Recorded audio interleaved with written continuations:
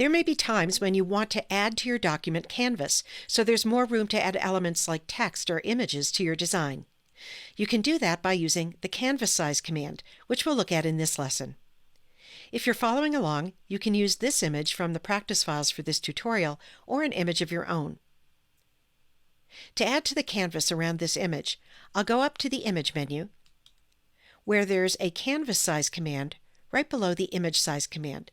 Now, just to keep these two straight, the image size command, which we looked at in another video in this tutorial, works differently than the canvas size command. Unlike image size, canvas size doesn't change the size of your actual photos or other artwork or images in a composition. It just lets you add space around those items. So let's select canvas size. And that opens the canvas size dialog. At the top of this dialog, you can see the width and height of this image in inches. And down here, you can add to the width of the canvas or add to the height of the canvas or both. And those fields are set to inches by default also.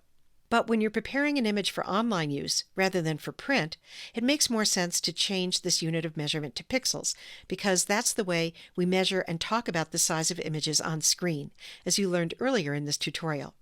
So I'm going to change either one of these menus from inches to pixels, and the other menu changes too. If you know the total width in pixels that you want the image to be after expanding the canvas, you could type that number here in the width field.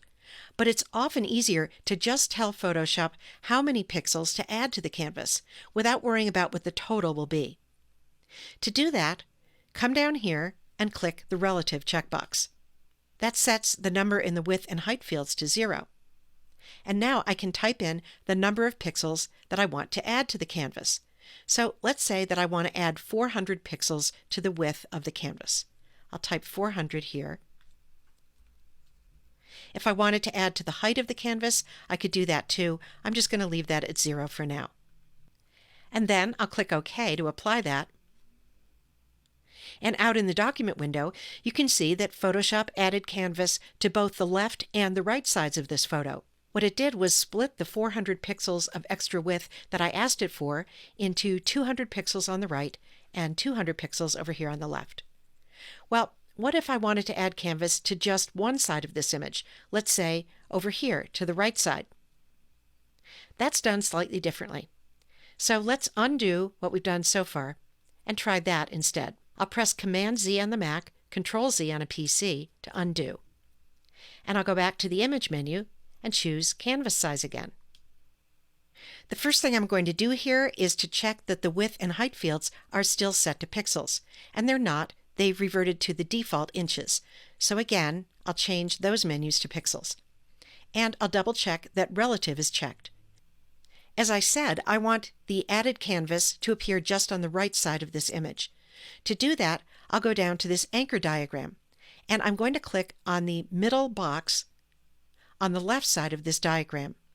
What that does is tell Photoshop to pin or anchor the image to the left side of the canvas and put the extra canvas to its right. So now I'm going to go up to the width field and I'm going to type in the number of pixels that I want to add to the right side of this image. Let's add 800 pixels. And click OK. And that's exactly the effect that I wanted. You probably noticed that so far my canvas extensions have all been white, but you can control the color of your canvas extension here in the Canvas Size dialog using the Canvas Extension Color menu here. By the way, if you're working on another image and you're not on a special background layer, as we are in this image, then your Canvas Extension Color menu will be unavailable, and the canvas that you add will be transparent. It will appear like a gray and white checkerboard in Photoshop. I'm just going to click Cancel. And if I want to save this image, I'll go to the File menu and I'll choose Save As so I don't save over my original. So that's how you can add space to your document canvas so you have some extra room to add more image elements.